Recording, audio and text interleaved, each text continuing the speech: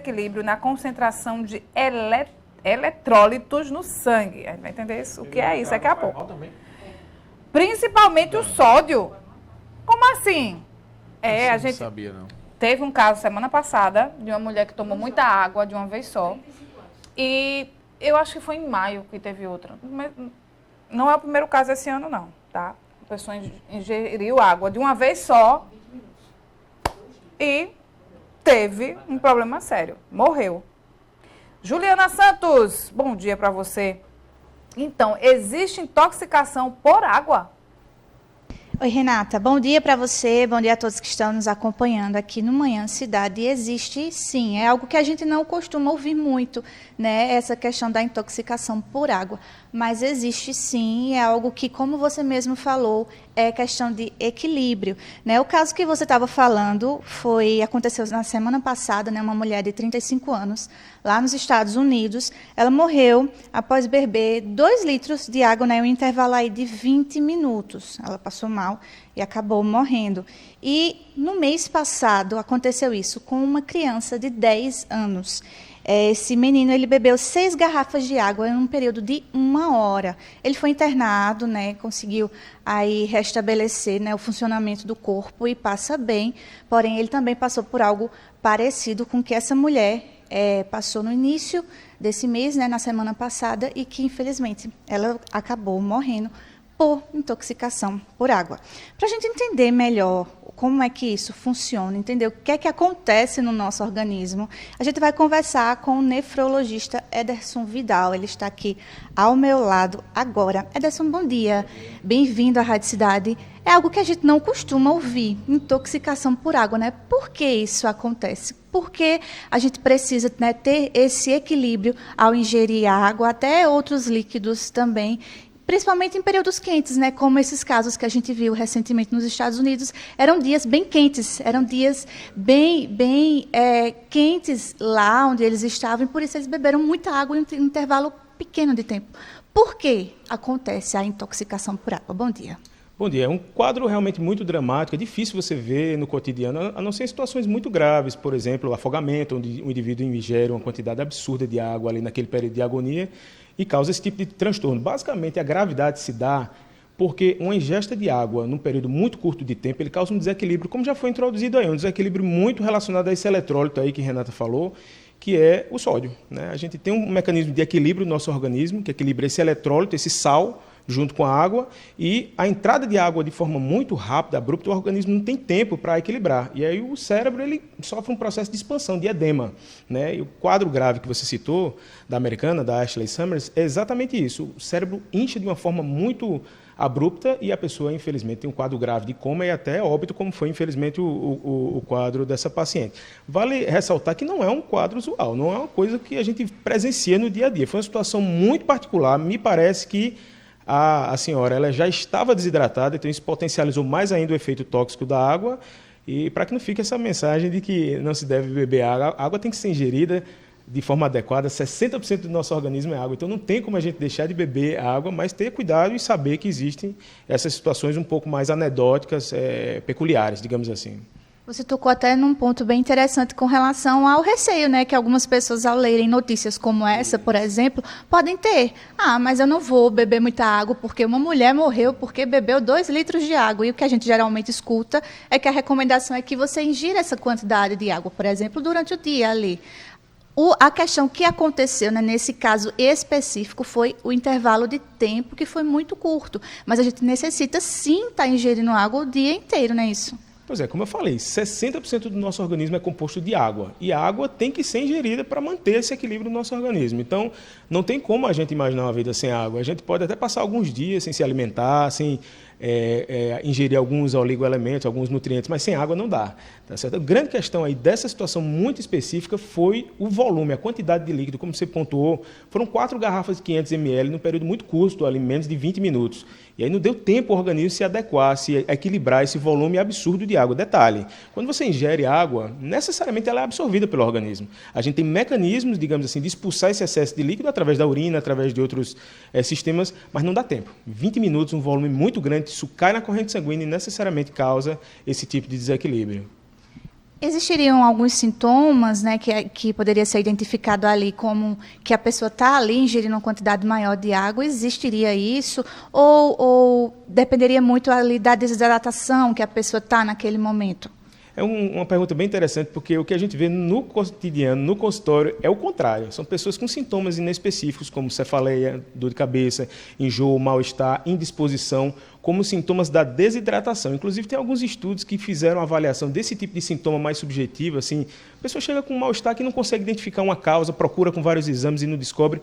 Em até 15% desses pacientes estudados, o diagnóstico era desidratação.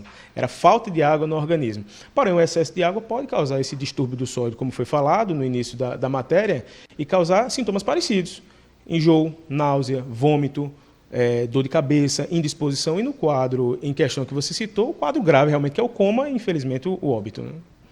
Outra questão também seria a recomendação médica, né? Alguns médicos dizem que vai depender muito do peso do corpo para se ingerir uma quantidade necessária de água, outros dizem que basta 2 litros de água. Teria essa orientação mesmo? O que é que você, como especialista, orienta com relação à ingestão de água durante o dia? É sempre uma discussão muito grande em relação à quantidade de água que cada um deve ingerir por dia. Eu costumo dizer, olha, depende do tipo de pessoa que está ingerindo água. Se é uma pessoa sedentária, que tem um modelo de vida um pouco mais quieto, a ingestão de água ela pode ser o suficiente 2 litros, 2,5 litros dia. Mas vamos supor um trabalhador da construção civil, que passa o dia inteiro, ele é uma pessoa que realmente faz um tipo de treinamento físico um pouco mais exaustivo, que transpira demais, que perde muito líquido, ou pessoas que têm doenças, que acabam perdendo líquido por outras vias. Então, depende muito, é muito particular. A mensagem que tem que ficar para a hidratação, eu costumo muito falar isso no meu dia a dia, é a urina, a coloração da urina. É simples. Vai no vaso sanitário, olha a coloração da tua urina, vê como é que ela está. Se está amarela concentrada ou se está alaranjada, muito provavelmente tem algum transtorno, que na maioria das vezes é desidratação. Então a urina tem que estar com aquela cor amarela, sim, mas aquele amarelo claro, até tendendo para o transparente. Se tem uma concentração da cor, muito provavelmente tem algum grau de desidratação.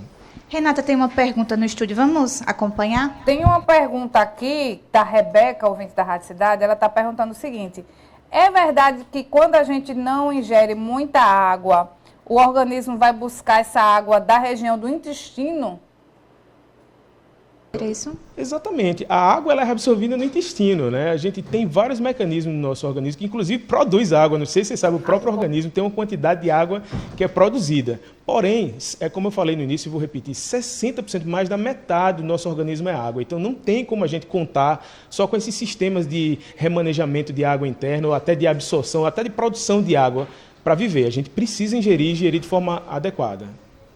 A questão realmente é manter o equilíbrio, ingerir água ali, passar o dia bebendo água, auxiliar ali com aquela garrafinha que a gente às vezes passa um tempo longo, né? Porque às vezes sai de casa, às vezes não tem o costume, passa um tempo longo sem beber água, mas é interessante ir distribuindo esse nível de água que a gente precisa ingerir durante o dia, até para que o organismo funcione bem, para que tudo dê certo, tudo questão de equilíbrio. Equilíbrio. Eu gosto muito daquelas metas que as pessoas implementam de forma pessoal, muitas vezes até orientada, do consumo de água num dia. Então, leva aquela garrafa ali de 2 litros, até 2,5 litros, até uma garrafa de 1 litro para tomar 2 vezes por dia. Tem algumas até que tem de forma até lúdica as faixas, né, para você bater sua meta diária de consumo de água. Acho bem interessante, porque nem sempre a gente tem sede, nem sempre a gente tem esse mecanismo natural de busca pela água.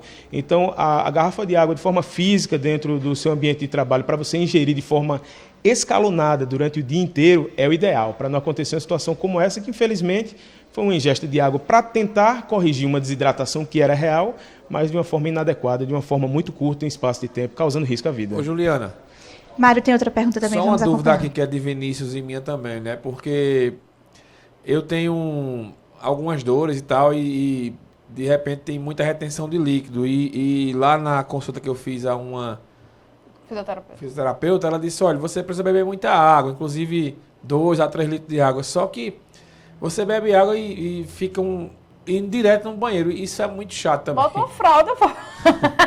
Porque você. Aí é fogo.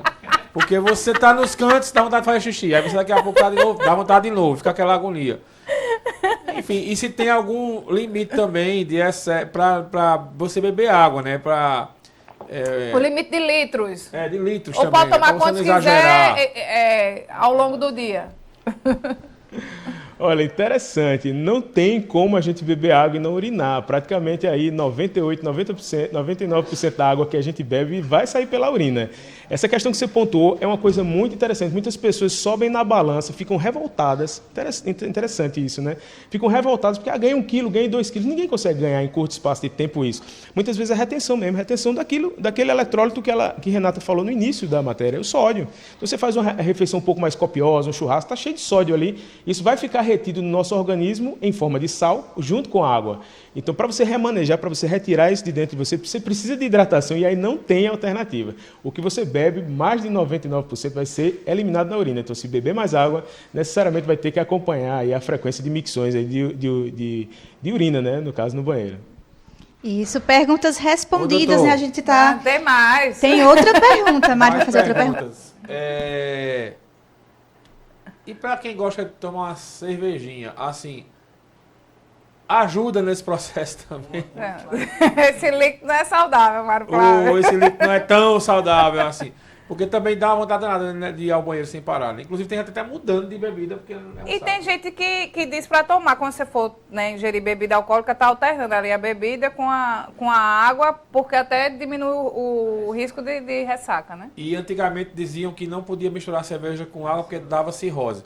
E tem uma pergunta aqui do Rodrigo, que é ouvinte, ele manda o seguinte: bom dia, minha urina ultimamente tem saído transparente. Bebo em média de 4 litros de água por dia. Essa cor indica alguma coisa? Ele pergunta aqui.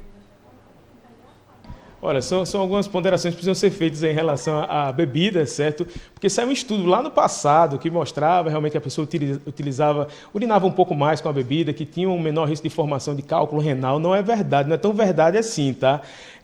A questão de urinar mais quando você bebe, quando você ingere bebida alcoólica, é porque ela tem um efeito diurético mesmo, e pelo contrário, ela vai causar desidratação. Inclusive a ressaca, que foi pontuado muito bem aí no estúdio, vem muito disso, da desidratação que é causada ao seu organismo quando você ingere quantidades elevadas de álcool. Então, interessante essa estratégia, eu gostei e pratico isso no dia a dia. Meus pacientes me perguntam muito sobre a ingesta de álcool junto com água. Recomendo demais, porque assim não vai tirar a parte social da bebida alcoólica, não é recomendado a gente fazer isso, mas que pelo menos compense com uma boa hidratação quando a gente está bebendo, digamos assim. Em relação à urina, a urina transparente mostra que talvez, que foi perguntado aí pelo ouvinte, talvez o excesso de água esteja presente. Tá? A urina muito transparente, ela tem que ter uma coloração, tá? Aquele amarelo palha, aquele amarelo claro. Urina transparente talvez já seja ou algum distúrbio, algum problema real mesmo no organismo, ou muito provavelmente o excesso de água.